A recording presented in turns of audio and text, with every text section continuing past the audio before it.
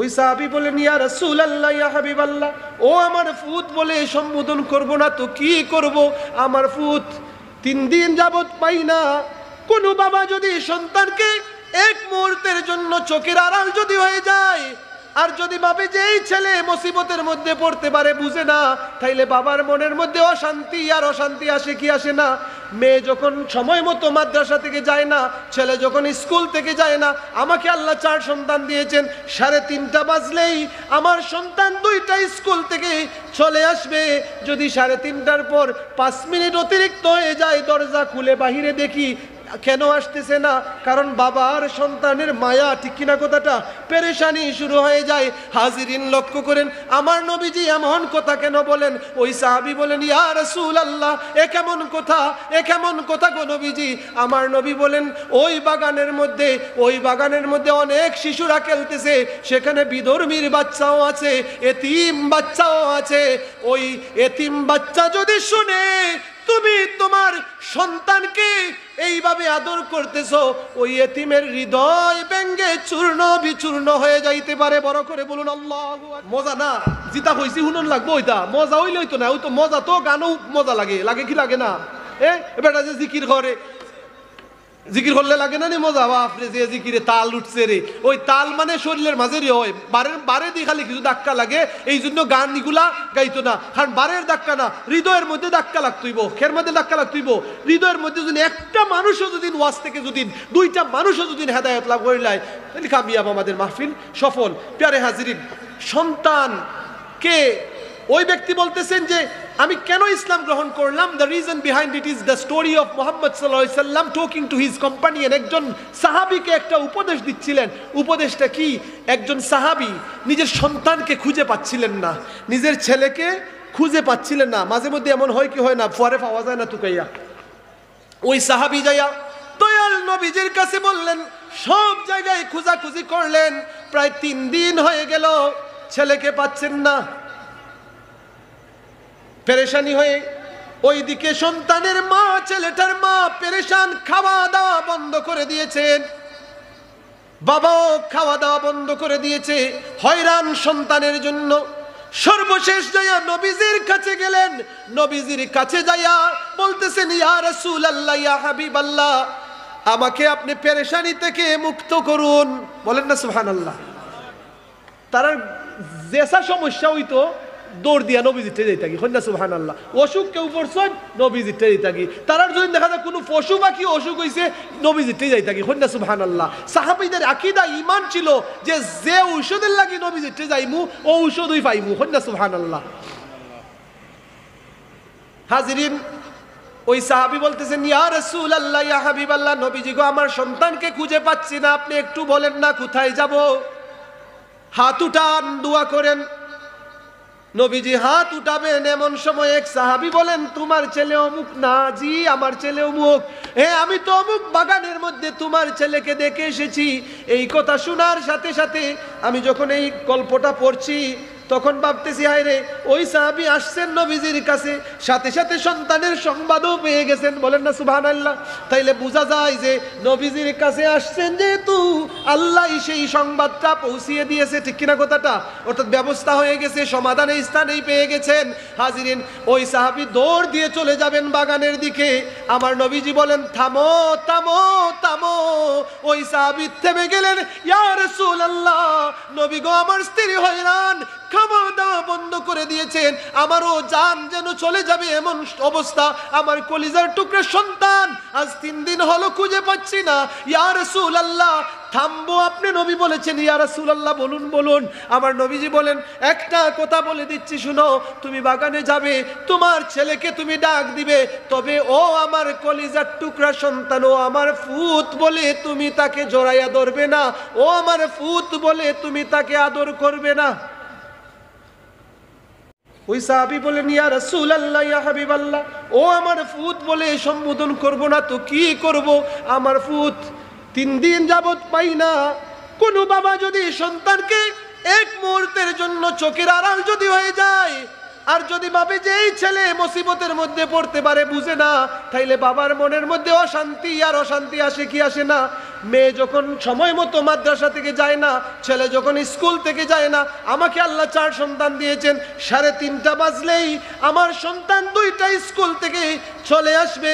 যদি 3:30টার পর 5 মিনিট অতিরিক্ত হয়ে যায়, দরজা খুলে বাহিরে দেখি কেন আসতেছে না, কারণ বাবার সন্তানের মায়া, ঠিক কিনা কথাটা, পেরেশানি শুরু হয়ে যায়। হাজিরিন লক্ষ্য করেন, আমার নবীজি এমন কথা কেন বলেন? ওই সাহাবী বলেন, ইয়া রাসূলুল্লাহ, এ কেমন কথা, এ কেমন কথা গো নবীজি? আমার নবী বলেন, ওই বাগানের মধ্যে অনেক শিশুরা খেলতেছে, সেখানে বিধর্মীর বাচ্চাও আছে, এতিম বাচ্চাও আছে। ওই এতিম বাচ্চা যদি শুনে তুমি তোমার সন্তানকে এইভাবে আদর করতেছো, ওই এতিমের হৃদয় ব্যঙ্গে চূর্ণ বিচূর্ণ হয়ে যাইতে পারে। বড় করে বলুন আল্লাহু আকবার। হাজিরিন, আমার নবী কেমন চিন্তা করা শুরু করলেন? ওই কাফির মানুষটা এই ঘটনা পড়িয়া বলতেছে যে এই নবী নিজের কথা তো ভাবেন না, শুধু বাগানের এক এতিম অসহায় বিধর্মীর সন্তানের হৃদয়ের কথাও ভাবেন। ওই নবী সত্য ছাড়া আর কেউ হতে পারেন না। বলেন না সুবহানাল্লাহ। তো আমরা ফুতরে কিভাবে ডাকমু? ও ফুত হইয়া। কিভাবে ডাকমু? ও ফুত হইয়া। কিন্তু পাশে যদি দেখা যায় তার বাপ নাই, তার বাপ বিদেশ থাকুন, এমন যদি হয়, তাহলে এই আদরটা সহজে আমরা দেখাইতাম না। গোরের ভিতরে আপনি কইবা ও ফুত হইয়া ডাকবা। লুকমান হাকিমে কইতেছেন ও ফুত, ও আমার ফুত। খালি ফুত নাই, ও আমার ফুত। কন্যা সুবহানাল্লাহ। ইয়া বুনাইয়া লা তুশরিক বিল্লাহ। Number 1, do not worship anyone rather than Allah. Do not participate anyone with Allah. আল্লাহর সাথে কাউকে শরীক করিও না। ইন্না শিরকা লাযুলমুন আযীম। Certainly participating, making partners with Allah, worshipping someone rather than Allah is lazulmun azim. আল্লাহর সাথে শিরিক করা হচ্ছে মস্ত বড় অপরাধ। প্রথম নম্বর উপদেশ। এখন আল্লাহর সাথে শিরিক করা কিভাবে? এই যে ইবাদত বন্দেগীর কথা হইল, আমি বিভিন্ন জাতের বন্দেগী আছে, ওই বন্দেগী যদি আল্লাহ ছাড়া কাউকে খুশি করার জন্য করতে চান, এটাও এক পর্যায়ের শিরিক গুনাহ। সেই হিসেবে এইগুলো থেকে বেঁচে থাকার চেষ্টা করবেন। এরপরে ওয়াসাইনাল ইনসানা বিওয়ালিদাইহি হামালাতহু উম্মুহু ওয়াহনান আলা ওয়াহনিন ওয়া ফিসালুহু ফি আমাইনি আন ইশকুর লিওয়ালিদাইকা ইলাইয়াল মাসির ওয়া ইন জাহাদাকা আলা আন তুশরিকা বিমা লাইসা লাকা বিহি ইলমুন ফালা তুতিহুমা ওয়া সাহিবহুমা ফিদ দুনিয়া معروفة واتبع سبيل من أناب إلي ثم إلي مرجعكم فأنبئكم بما كنتم تعملون. আল্লাহ রাব্বুল আলামিন লুকমান হাকিমের মাধ্যমে নিজ সন্তানকে কিছু কিছু উপদেশ তুলে ধরেছেন। মা বাবার কথা বলতে যাইয়া এভাবে বলেন যে বাবার সাথে মার সাথে, বিশেষ করে মার কথা, বিওয়ালিদাইহি হামালাতহু উম্মুহু ওয়াহনান আলা ওয়াহনিন, যেই মা কষ্টের পর কষ্ট, ক্লেশের পর কষ্ট, অর্থাৎ দুঃখ যাতনার পর সন্তানকে পেটের মধ্যে লালন করতে যাইয়া দীর্ঘ 9 মাস, 8 মাস, 10 মাস লালন পালন করেছে, পাশাপাশি বাচ্চা ভূমিষ্ঠ হওয়ার পর দুগ্ধ পান করিয়েছে 2 বছর যাবত, ওই মাকে কোনোদিন কষ্ট দিও না, ওই মায়ের অবাধ্য হইও না। বড় করে বলুন সুবহানাল্লাহ। আল্লাহ বলেন আনিশকুর লি ওয়ালি ওয়ালিদাইকা। ও বান্দা, আমি আল্লাহর কৃতজ্ঞতা আদায় করো আর তোমার মায়েরও শুকরিয়া আদায় করো। বড় করে বলুন সুবহানাল্লাহ। তোমার বাবারও শুকরিয়া আদায় করো। বড় করে বলুন সুবহানাল্লাহ। এরপরে আল্লাহ বলেন ওয়া ইন জাহাদাকা আলা আন তুশরিকা বিমা লাইসা লাকা বিহি ইলমুন ফালা তুতিহুমা। তোমার কোনো মা বাবা যদি তোমার সাথে না বুঝে এমন যদি কথাবার্তা বলে যেই কথাবার্তা আমি আল্লাহর সাথে শিরিক হয়ে যাবে, তাহলে তুমি তাদের এই কথা শুনিও না। ফুত চায় নমাজ পড়তো, আপনি যদি হয়ে নমাজ পড়বেন, পড়ে যা তুই বাজারও যা, দোকানও যা, তোর নমাজ খিতারে, তাহলে আপনি মস্ত বড় অপরাধী হয়ে গেলেন। আপনি আপনার এই সময় আপনার ছেলে যদি আপনার কথা না মানে, তাহলে তার জন্য বৈধ রয়েছে। বাকি এছাড়া মনে করেন যে কোনো কারক যদি দেখা যায় বাবা হিন্দু বিধর্মী মানুষ, ফুত হয়ে গেছে মুসলমান, আর যদি এই আপনার ধর্মকে পছন্দ যদি না করে, সে যদি মনে করেন যে আপনাকে তার ধর্মের দিকে আবার বুঝাই নিয়ে যেতে চায়, আল্লাহ বলেন মা লাইসা লাকা বিহি ইলমুন ফালা তুতিহুমা। তাহলে ওই সময় বাবা মার কথা শুনিও না।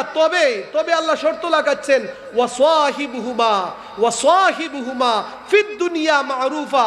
No matter if your mother is a Christian, no matter if your mother is a Hindu, no matter what religion they follow, no matter whether they are atheist or তারা যদি আস্তিক হয় নাস্তিক হয় যাই হোক না কেন, তোমার যেহেতু মা, তোমার যেহেতু বাবা, ওই বাবা মার সাথে তুমি ওয়াসাহিবহুমা ফিদ দুনিয়া মারুফা, দুনিয়ায় যতদিন থাকবা ভালো ব্যবহার করিও। বড় করে বলুন সুবহানাল্লাহ। This is what Islam is. এটা হচ্ছে ইসলাম। হিন্দু মায়ের সাথেও, বৌদ্ধ মায়ের সাথেও, বিধর্মী মায়ের সাথেও সন্তান যেই জায়গার মধ্যে মন্দ আচরণ করতে পারে না, অথচ বড়গাঁও এলাকার যুবক ছেলেরা, দিনারপুর এলাকা পরগনার যুবক ছেলেরা বুড়োরা অনেক সময় যাদের মা রয়েছে বাবা রয়েছে তাদের সাথে কঠোর আচরণ করে, দুর্ব্যবহার করে, তাদের মাকে কষ্ট দেয়, বাবাকে কষ্ট দেয়। লুকমান হাকিমের মাধ্যমে, এই ঘটনার মাধ্যমে আল্লাহ আমাদেরকে কি শিক্ষা দিচ্ছেন? আল্লাহ রাব্বুল আলামিন বলেন যে এগুলা তুমি করবা না, এগুলা করবা না, এগুলা মার সাথে যদি কেউ এই ধরনের আচরণ করে, বাবার সাথে যদি আচরণ করে, আল্লাহ বলেন ফালা তাকুল্লাহুমা উফফু ওয়ালা তানহারহুমা ওয়া কুল্লাহুমা কাওলান কারীমা। আল্লাহ বলেন মা বাবার মুখ দিয়ে যেন উফ শব্দ বের না হয় তোমার আচরণের মাধ্যমে। বড় করে বলুন সুবহানাল্লাহ। তো হাজিরিন,